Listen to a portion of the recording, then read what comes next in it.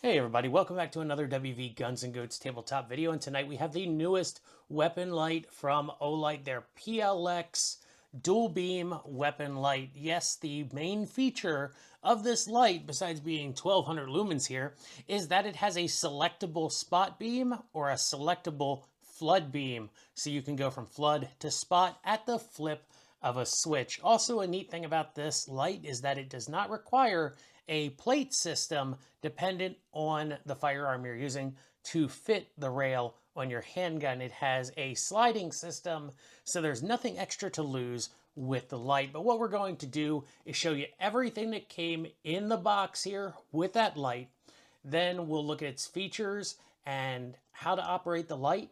Then we'll look at it on a couple different handguns, and then we'll take it outside and see how it performs after dark. But before we get into that, how about you go ahead and headbutt that subscribe button to join the herd here at WV Guns and Goats. So starting with the box, we have an embossed image of the light itself, 1200 lumens, 300 meters of throw, built-in rail mounting system, and really nothing on the back there. It does have a pull tab to open the box, but inside that box, you're going to find this package right here. Read me. It says, please fully charge the battery before first use. And inside of this is the manual for the PLX. You're also going to get this accessory packet right here. And you get an all metal Allen wrench. You get a Glock rail adapter. Now, I've already went ahead and swapped the Glock rail adapter recoil lug onto the light. So this is the Picatinny rail recoil lug that comes installed on the light. You get a spare screw right here. And then inside of here is what appears to be a fairly long USB-C charging cable. And then, of course, we have the light itself. Now, let me get this stuff cleared out of here, and we'll take a look at the light. Now that we've gotten everything out of the way and zoomed in a little bit, let's take a look at the Olight from all its different sides. So we have the Olight logo right here on the left side. We have our rail clamping knob right there. And then we have the biggest claim to fame that this light has is the ability to switch between a spotlight like so and a flood beam like that at the flip of this switch right here on the side. However, one of the things that I think about this light, when you're going to use this in some kind of defensive situation, you're probably not going to be using this switch much. You're probably just going to be picking it up and pointing it at your target and just shooting light out there on the last setting that you had this on. Now, right here, it's a little hard to see, but there is a charging indicator light right there at the end of the Allen key. That changes color when you're charging the light. It goes from red to green when it's fully charged.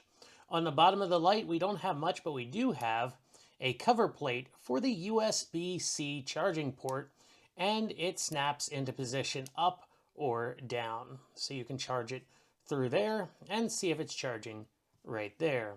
The activation buttons on this light are all metal, and we'll go over their operation here in a little bit.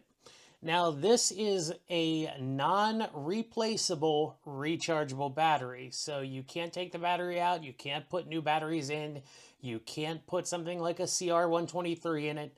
It has its own built-in rechargeable battery. If that's a good thing or a bad thing is up to you to decide. Now up front here, we have all three emitters. And then on the right side, it says PLX, and we have another activation button.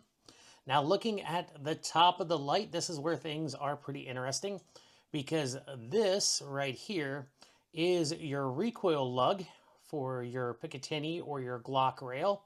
And normally you would find different plates on top of the light to allow it to fit different handguns. The way Olight has done it is they have made this a sliding piece right there. So you can slide this back and forth to get the proper fit on your handgun and allow the rear of the light to sit against the trigger guard.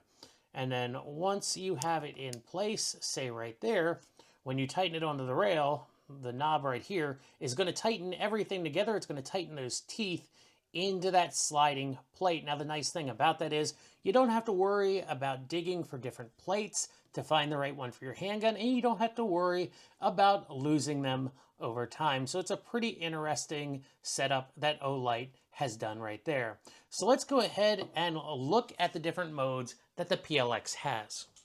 Let's go over the operation of the light, and the button operation is the same no matter if you're in the spot beam or the flood beam there. So we'll just do it here in the spot beam. So to turn the light on and for it to stay on, you just want to give it a quick click, just like so. Quick click, turn it back off. If you press and hold the button for anything more than a click moment, it will just be a momentary and stay on as long as you hold the button down. Now, the next thing is there is a strobe mode on this light, so I'm going to demonstrate that for you right now. All you do is triple press the button at the back. So there is our strobe mode.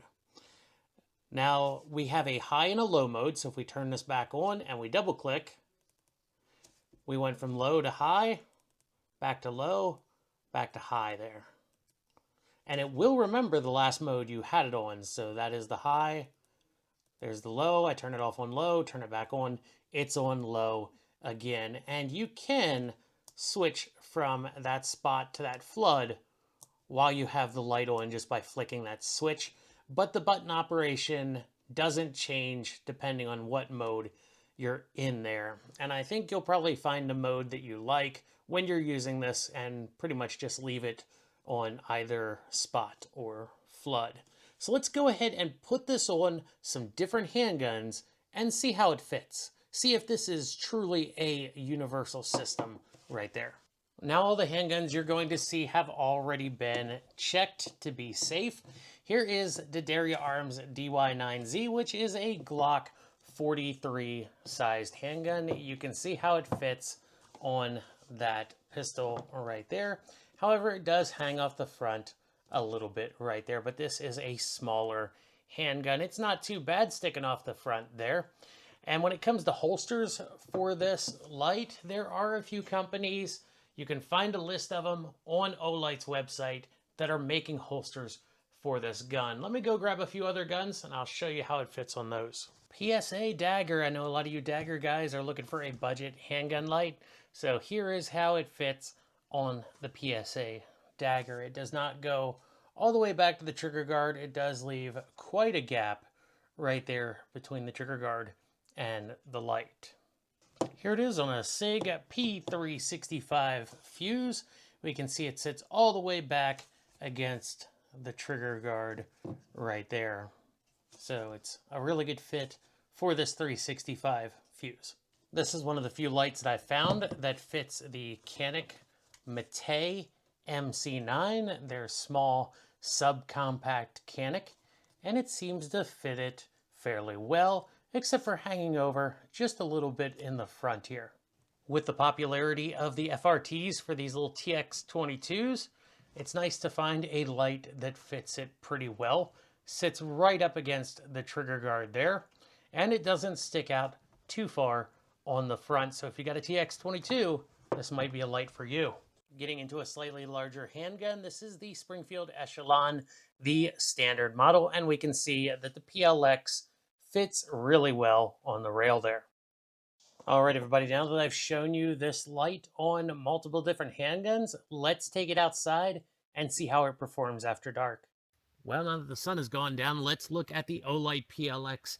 Different modes, brightness levels. Here on the short range, the targets are 25 yards. There's some equipment sitting here between us and those targets.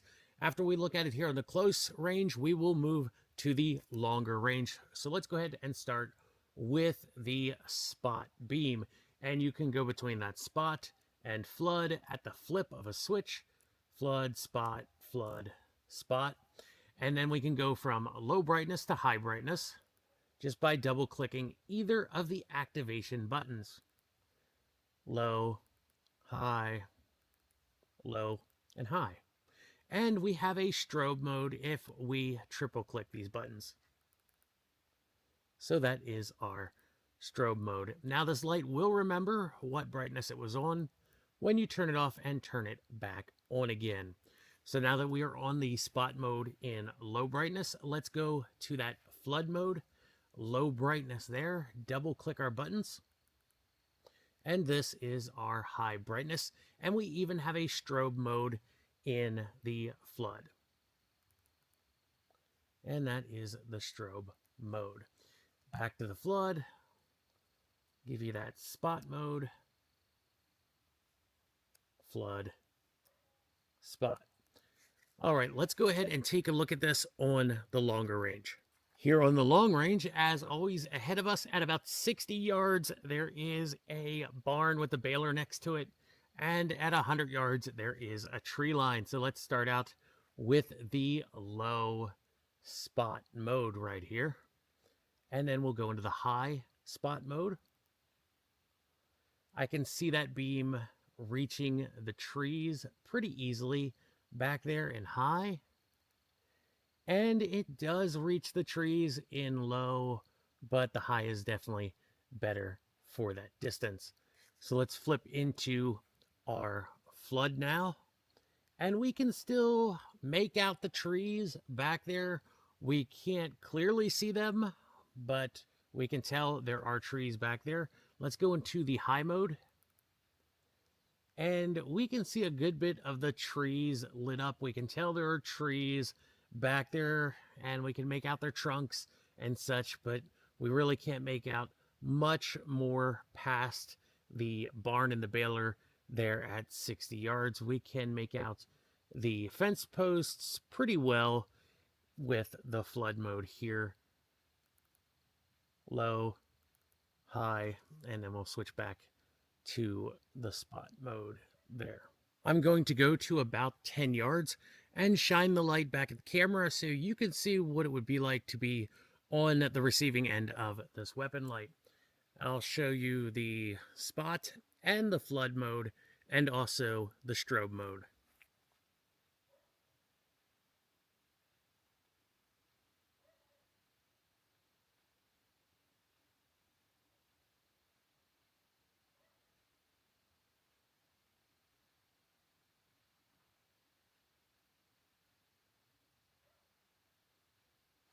Well, everybody, there it is, the Olight PLX.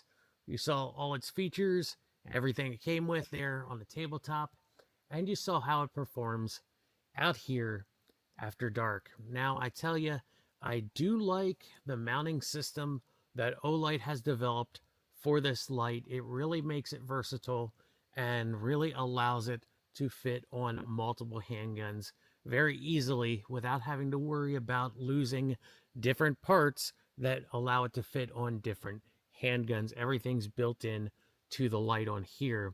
I like that it fit a wide variety of the handguns that I had, so that shows you just how versatile that system is there, because it fits some handguns that I have had issues with other lights fitting, mainly the much smaller subcompact guns.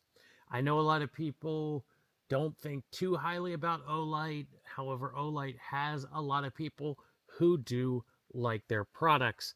One of the things about this light is I know it is rechargeable with a non-replaceable battery. I don't know how well I like that. I do like the ability to change batteries in your weapon light, because if your weapon light is completely dead, you have to wait for it to charge back up. If you have a light that's rechargeable with interchangeable batteries, I'm not saying that just being rechargeable is a bad thing.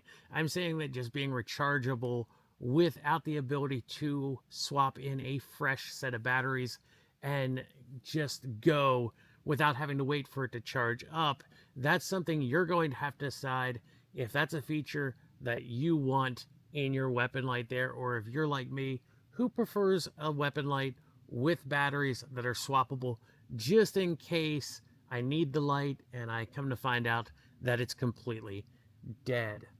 So everybody, thanks for watching. This has been another WV Guns and Goats video, and as always, if you're not out there having fun shooting, well, what are you doing?